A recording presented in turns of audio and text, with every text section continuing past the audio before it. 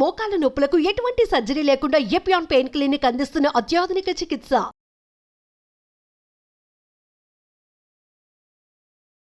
నమస్తే, welcome to Suman TV.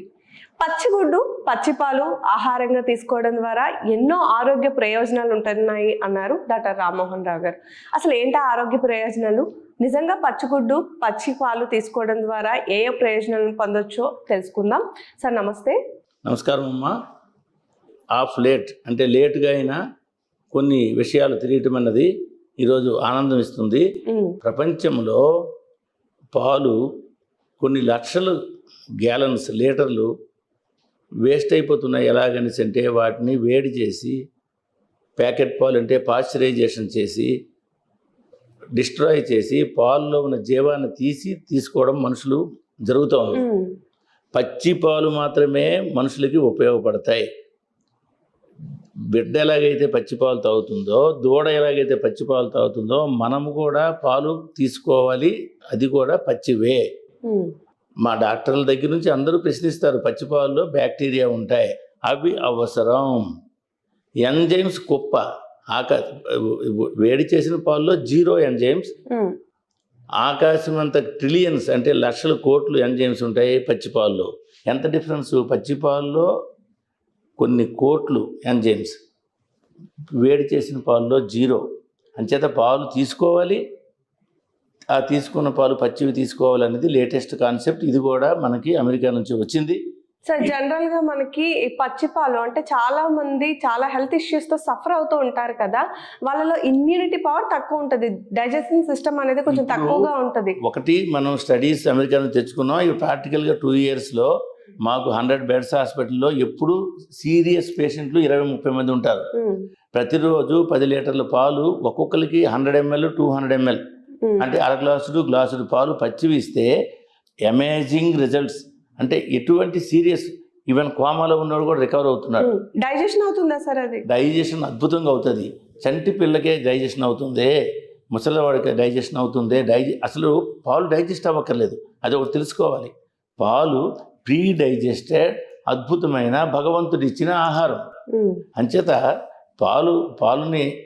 పాలుని ఉపయోగించుకుంటే పాలు ఒక్కటి వలన మనిషికి కావలసిన ఆరోగ్యం, ఇమ్యూనిటీ బూస్టింగ్, సెక్సువల్ కెపాసిటీస్, సంతాన సాఫల్యం.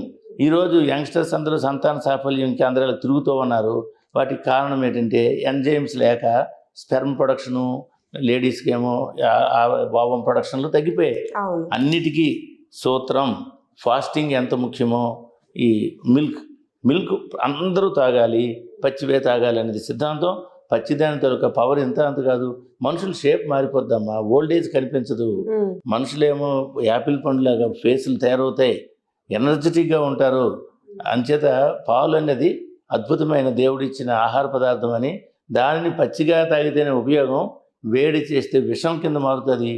ఏమేమిటి నీకు కావాలంటే క్యాన్సర్ రివర్స్ అయిపోతుంది, బీపీ షుగర్ తగ్గిపోతాయి, పేగులు పవర్ తగ్గుతాయి. కొందరికైతే తిన్నంటిని విరోచనం ఉంటాయి, పరిగెడుతుండడం, రోజుకి 5 సార్లు మోషన్స్, గుడ్ బ్యాక్టీరియా డెవలప్ అయ్యి మనం అసలు ఆహారం దేనికి తింటున్నాం? మన కడుపులో ఉండే బుజ్జి బ్యాక్టీరియాని మనం పెంచుకోవాలి. ఇప్పుడు రామ్మోహన్ డాక్టర్ అనే నేను తీసుకున్న ఆహారం నా గురించి కాదు, నాలో ఉండే బ్యాక్టీరియాకి ఆహారం.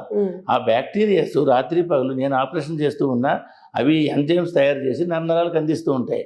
మనకి దేవుడిచ్చిన సహాయము 30 కోట్లు బ్యాక్టీరియా కడుపులో, 30 కోట్లు కణాల కోసం 30 కోట్లు ఎంజైమ్స్ తయారు చేస్తాయి. అంచేత పాలు ప్రపంచంలో అద్భుతమైన ఆహారం. అది పచ్చిగా ఉండాలి, వేడి చేయకూడదు. సార్, జనరల్ గా మనకి విలేజెస్ లో అయితే స్వచ్ఛమైన ఆవు పాలు దొరుకుతాయి కాబట్టి ఓకే, కానీ ప్యాకెట్ లో దొరికే పాలు అంత స్వచ్ఛంగా ఉంటాయి లేదని చాలా మంది పాలు 100% డెడ్ మిల్క్. మీరు డైరీ ఫార్ములు ఏమనుకుంటే అనుకోని, ప్యాకెట్ పాలు 10 సార్లు చంపిన పాలు, అవి పచ్చిగా లైఫ్ లేదు అసలు. తాగకూడదు. ఇక ఎంత మార్పులు రావాలనేసి అంటే ప్రతి ఊర్లో కూడాను, ప్రతి టౌన్లో కూడాను సెంటర్స్ అనమాట, పచ్చిపాలు తలక కేంద్రం. ఈ డైరీ ఫార్మే పచ్చిపాలు అమ్ముతారు, కూల్ చేయొచ్చు. బల్క్ కూలింగ్ సెంటర్స్ పెట్టి డైరెక్ట్గా పాలు ఇచ్చేయటమే. మరి పాశ్చరైజేషన్ ఏంటంటే ఎక్కువ రోజులు అనమాట. ఈ రోజు సింగపూర్కి పాలు పంపించితే 4 రోజుల తర్వాత వాళ్ళు తాగుతున్నారు. ఈ 4 రోజులు పాడవకుండా ఉంటాయి పాశ్చరైజేషన్ వల్ల. ఇది కుదరదు.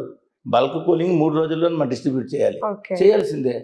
ఇప్పుడు నేను మా పాప విశాఖపట్నంలో ఉంది, దానికి పచ్చిపాలు దొరకడం ప్రస్తుతం అవ్వదు. అది నేను చెప్పేస్తున్నాను. మాకు ఇక్కడ అందరూ పంచుతున్నాం, దానికి అవ్వదు. పెద్ద టౌన్లో ఉంటే చివరికి ఏవి దొరకవమ్మా సరిగా. పల్లెటూరులో ఉండేవి అన్ని గాలి, మంచి నీరు, మంచి ఆహారం అన్నీ పల్లెటూరుడికి ఉంటాయి. టౌన్ వాడికి ఏది ఉండదు.